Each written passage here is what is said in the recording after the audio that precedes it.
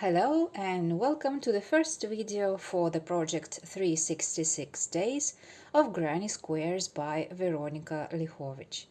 Before we start, I would like to thank Veronika for her wonderful designs and a blessing to make these videos. One more big thank you is to all of you, my fellow crochet lovers, for watching and trying new patterns. Easy stitches, inspiration and success with all projects you create. Let's start our talk.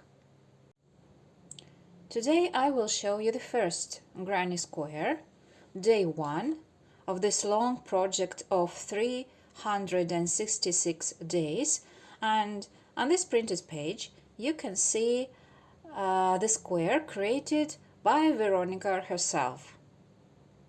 I will keep all the necessary links in the description to this video. And here are 4 different squares I created using the same design for the day 1 square. This video will not be a tutorial because Veronika already made a complete tutorial, and I will leave the link in the description, so you will be able to make this project. I will also keep the link to Veronika's blog, where you can find the written instruction. Today is the talk about how we can make the square. I strongly recommend you to play with colors. It's so much fun. You can see 4 squares that are slightly different from each other. Same 5 colors that were mentioned in the design, just a bit slightly different combinations.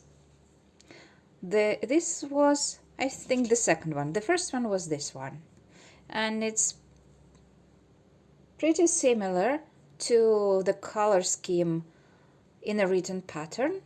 Just the only difference is this round to make some leaves around the square. And actually it looks in a bit bigger, like more voluminous than the original square if this round would be of the same color. Just playing with colors can make you an illusion that the square looks bigger or smaller. The next one was playing with green and adding more green. As well, looks nice. Then I decided to add a round. Why not? Because round 4, the pink one on this square, it's kind of I should not say unfinished, but it invites to add some creativity. So an extra round appeared, and right now, looking at it, I feel that it maybe looks a bit unfinished. For example, adding some beads in the center would make it look much nicer. And this is what I will actually do when I will make my next video. So I hope I will be able to show you the final work. And then the continuation, just playing much and adding even more curliness to the additional round I added to the pattern. The squares are pretty small, with the side of a bit more than 4 inches or 10 centimeters. I will use them for small projects like nice bags or sachets.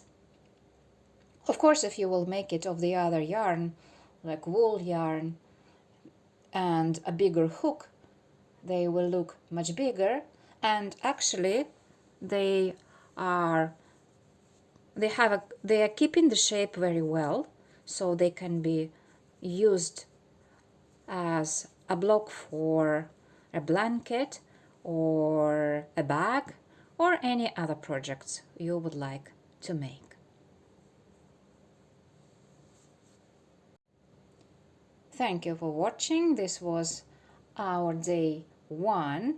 I'm already thinking about what I will show you for the design of the day 2. My best wishes to all of you, and of course for Veronica.